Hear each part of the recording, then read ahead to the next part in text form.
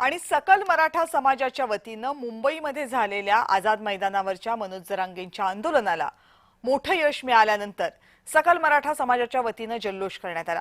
यावेळी वाद्यांच्या गजरामध्ये मोठ्या प्रमाणावर एक मराठा लाख मराठा या घोषणेचं स्वागत करण्यात आलं।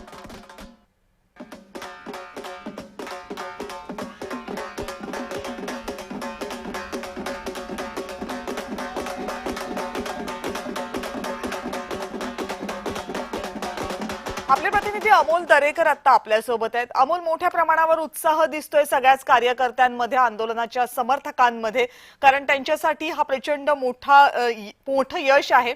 आता जी दृश्य दिसतात तेही तेच सांगतायत। सकल मराठा समाजाचे हे आंदोलक आहेत, काय भावना आहेत या आंदोलकांच्या आजच्या दिवशी?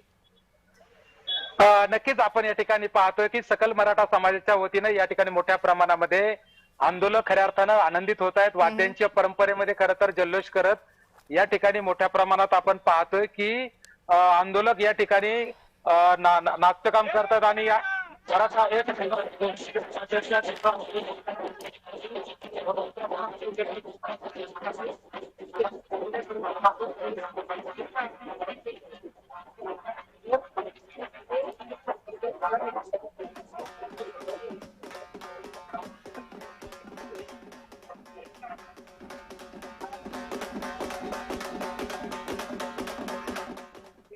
यश मिळवलेलं आहे। याबाबत काय भावना? पुन्हा एकदा परिचिती आली की गणरायाच्या कृपेने कोणतंही शुभ काम करायचं असेल तर गणरायाची कृपा लागते।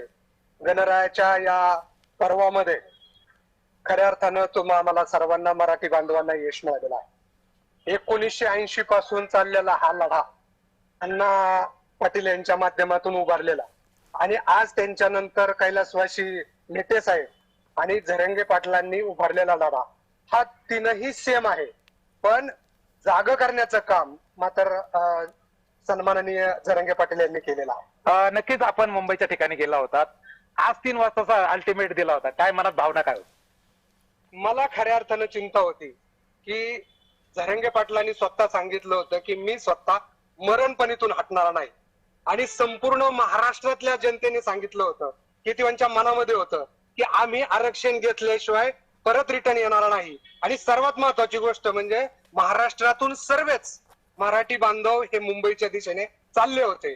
मला टेन्शन या गोष्टीचं होतं किंवा आमच्या सारख्यांना टेन्शन येत होतं की उद्या जर का हा संपूर्ण महाराष्ट्रामधले मराठी बांधव तिथे गेले तर मुंबईची अवस्था बिघडून ते सगळं सरकारच्या वरती खापर येऊ शकतं। म्हणून मी त्यावेळेलाही आव्हान केलं होतं। मी गणरायाचं म्हणजे आभार मानेल की ह्या काळामध्ये मराठी बांधवांना न्याय मिळवून दिला, त्याबद्दल खऱ्याच अर्थानं मी महाराष्ट्रातल्या जनतेला अगदी उत्साहाने सांगू इच्छितो की देर है लेकिन अंधेर नाहीये।